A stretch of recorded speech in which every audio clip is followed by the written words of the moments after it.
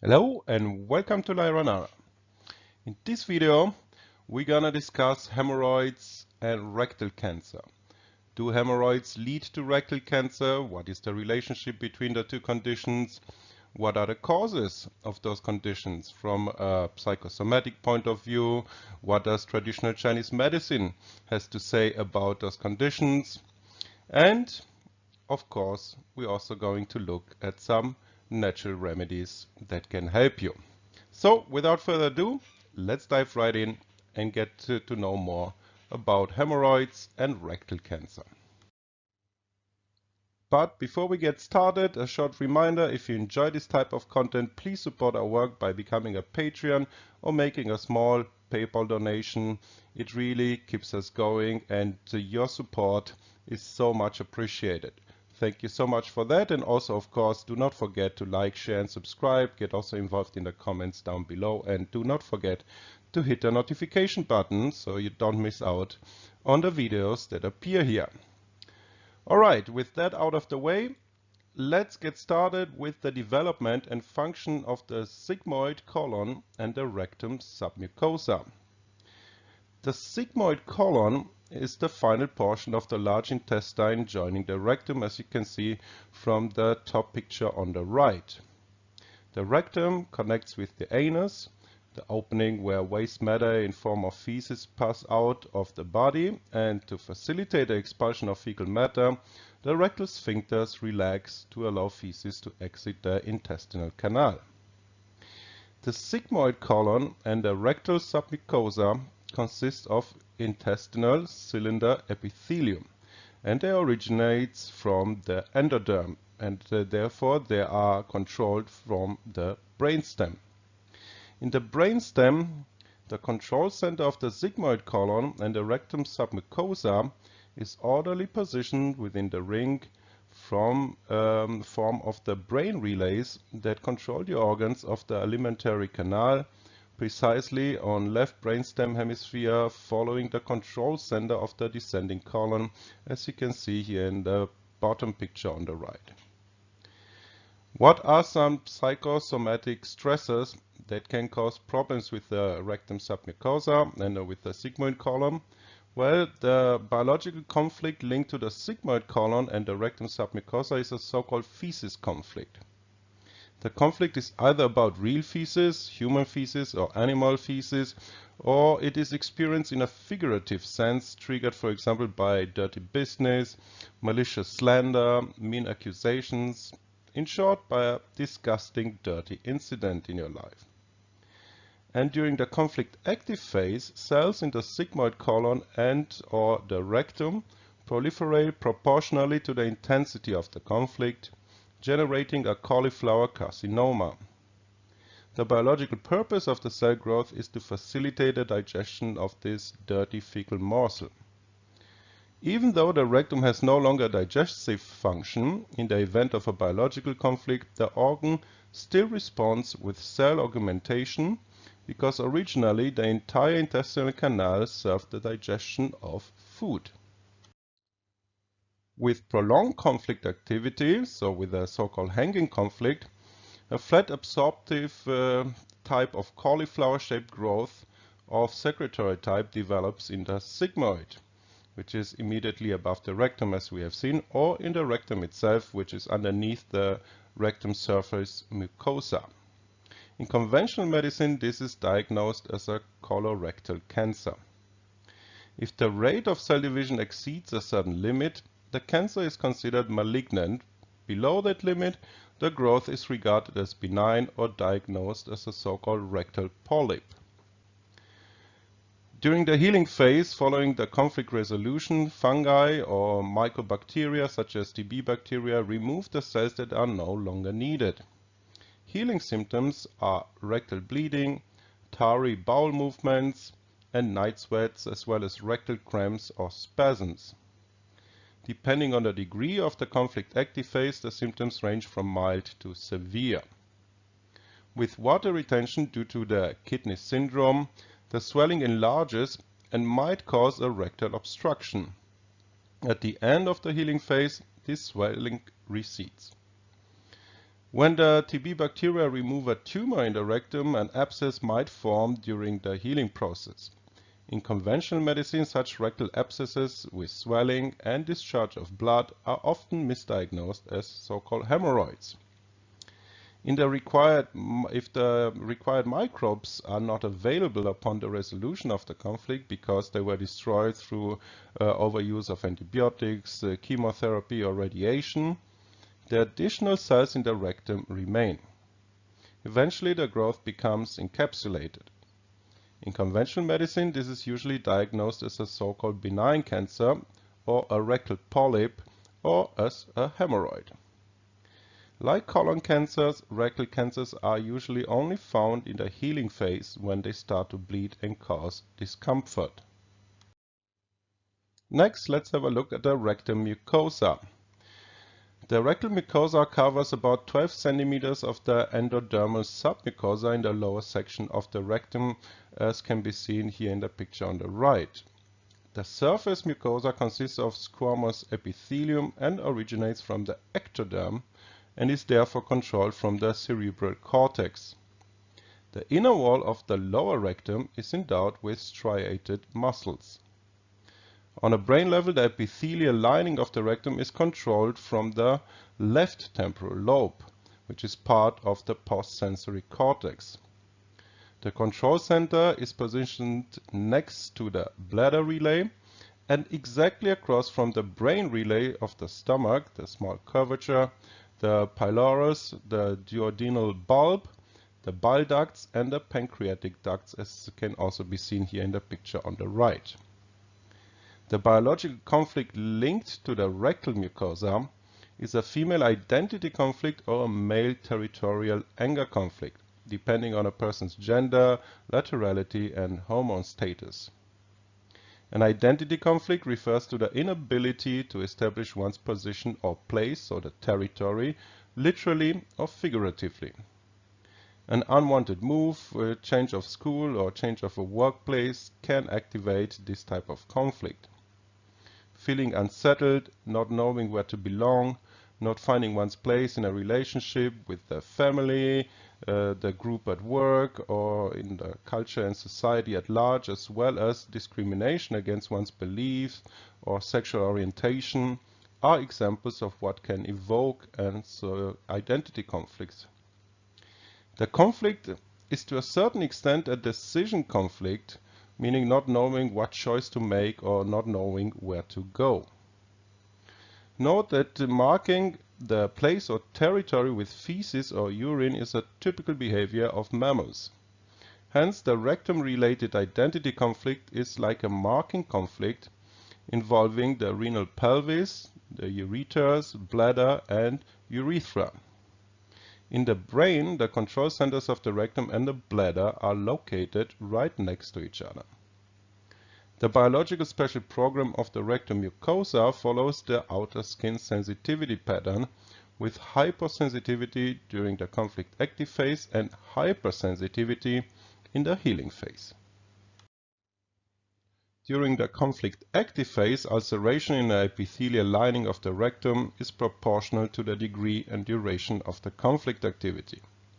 The biological purpose of the cell loss is to widen the rectum to allow faster defecation to be better able to establish one's place.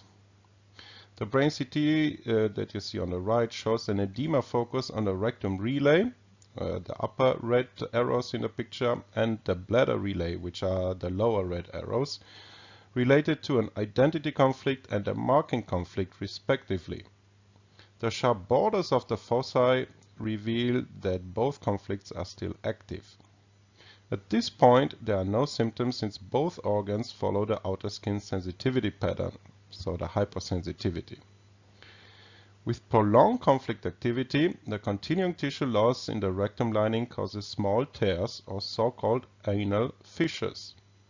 An anal fissure can burst open, for example, with the passing of hard stool. What happens during the healing phase? Well, during the first part of the healing phase, the tissue loss is replenished through cell proliferation. The swelling caused by the edema presents as hemorrhoids in the lower rectum, so-called internal hemorrhoids, or around the anus, so-called external hemorrhoids. With water retention due to an active abandonment and existence conflict, hemorrhoids become much larger. In conventional medicine, this growth might be diagnosed as a rectal cancer. The new cells cannot be regarded, however, as cancer cells since the cell increase is a replenishing process. Healing symptoms are burning pain in the rectum, anal itching, rectal bleeding. With hard bowel movements, the hemorrhoids can also crack and bleed, and also painful rectal muscle cramps or spasms. If the surrounding striated muscles of the inner rectum wall undergo the healing phase at the same time. Depending on the intensity of the conflict active phase, the symptoms range from mild to severe. Typical for the healing phase is the feeling of incomplete emptying of the bowels following defecation, termed rectal tenesmus, just as with the bladder tenesmus. And the main symptoms may be accompanied by troubled circulation, dizzy spells, short disturbances of consciousness, or a complete loss of consciousness, even so fainting or being absent, depending on the intensity of the conflict. Another distinctive symptom is a drop of blood sugar caused by the excessive use of glucose by the brain cells. In Western medicine, hemorrhoids are regarded as varicosities of the veins of the hemorrhoidal plexus, often complicated by inflammation, thrombosis, and bleeding. Under the mucosa of the anus and the lower rectum are a number of veins which act as collateral connections between the portal and the systemic venous systems. The internal hemorrhoidal veins lie above the anal mucocutaneous junction, and the external hemorrhoidal veins lie beneath the stratified squamous epithelium of the lower anal canal. Since the portal venous system has no valves, increases in intra-abdominal pressure are transmitted directly to these dependent veins. The increased pressure may cause distension of the veins and ultimately varicosities. These varicosities are called hemorrhoids. Causes of increased portal vein pressure include pregnancy, obesity, coughing, sneezing, straining to defecate, portal hypertension, and abdominal tumors. And hemorrhoids, as we all know, are an extremely common disease or condition. This theory considering hemorrhoids vein varicosities is, however, not confirmed experimentally, because CT studies demonstrate that every person who has hemorrhoids shows the focus in the cerebral cortex, in the control center of the rectum surface mucosa, and not in the cerebral medulla from where the blood vessels are controlled. According to statistics, hemorrhoids are more common in women during pregnancy. They are said to be caused by the weight carrying of the baby, and from our perspective, a pregnant woman only develops hemorrhoids when she is in the healing phase of an identity or decision conflict. Therefore, not every pregnant woman has hemorrhoids. Note also that hemorrhoids can occur after tearing in the rectal area during labor or because of straining during hard bowel movements. Regardless of whether hemorrhoids are the result of an injury or of a rectum-related conflict, the healing process is just the same. And surgical removal of hemorrhoids is only a temporary solution, because if the conflict has not been completely resolved, new hemorrhoids start developing with the next conflict relapse, triggered by setting on a track that was established when the original identity conflict took place. Okay, now that we have the psychosomatic causes discussed, let's look at what TCM has to say about external as well as internal hemorrhoids. The external hemorrhoids appear as small, rounded purplish masses covered with skin and become more prominent when the patient strains during defecation. Unless thrombosed, they are soft and seldom painful, though they may produce a sense of fullness at the anus. Occasionally, due to acute local stress, for example straining during defecation, the external hemorrhoidal veins suddenly enlarge and the lumens fill with thrombi. These thrombosed hemorrhoids may become inflamed, break down, and bleed profusely. Defecation can also be accompanied by tenesmus and pain. The condition is very painful for about 5 days, after which absorption of the clot begins and the mass subsides, leaving only a skin tag. External hemorrhoids tend also to undergo spontaneous remission, at which time they appear at the mucocutaneous junction as tabs of hypertrophied tissue, which may be asymptomatic, annoying the patient by protrusion or itching severely. The causative factors for the external hemorrhoids are mostly due to the damp, heat, or other external pathogenic factors, fissure in the anus, or interior heat. When it comes to internal hemorrhoids, those are multiple soft purple, irregular in shape, and covered by a thin layer of mucous membrane. Minor injuries cause bleeding and superficial ulceration. Bleeding is the principal symptom, but a sense of incomplete rectal evacuation may characterize the presence of large hemorrhoids as well. Prolapse may occur. It is precipitated by straining during defecation and is accompanied by pain, thrombosis, and in severe cases even strangulation. Leakage of mucus from the anus and itching are also frequent complications of internal hemorrhoids. The causative factors for the internal hemorrhoids are due to the following. First, interior intestine dry heat due to the irregular diet or excessive fried, hot, and spicy food intake. This interior heat, combined with other factors such as dampness or stagnated blood, accumulate in the intestine and cause abnormal circulation of qi and blood, causing thereby internal hemorrhoids. Another cause is long time sitting or walking or heavy-duty carrying. All of this can lead to abnormal circulation of blood at the local area, causing internal hemorrhoids. And now let's look at some natural plant-based remedies that TCM recommends for hemorrhoids. First up, for external hemorrhoids. But for all kinds of hemorrhoids, external washing methods or other external applications are highly recommended. Some commonly used herbs for external washings are Sophora radix, which clears the heat and dries the dampness, promotes urination, kills parasites, and stops itching. Indications are jaundice, diarrhea, dysenteric disorders, vaginal discharge and sores, viral hepatitis, genital itching, and vaginal discharge, as well as painful urination dysfunction. Next on the list is sodium sulfate. It softens the hardness and has also a purgative effect, clears heat, and relieves swelling. It is much suitable for dry stool stagnation due to excess heat accumulation. It also has the action of clearing heat and relieving swelling when being used topically.